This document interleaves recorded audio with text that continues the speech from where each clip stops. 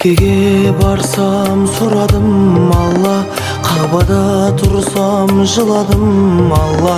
Тәуелсіз менің елімнің жаққан, сөндіре көрме шырағын Алла. Наннан жедік, суыңнан іштік, отаным сенен көрмедім ыстық. Ұрпаққа сені жеткізу үшін Алланың әділ жолына түстік. Алла,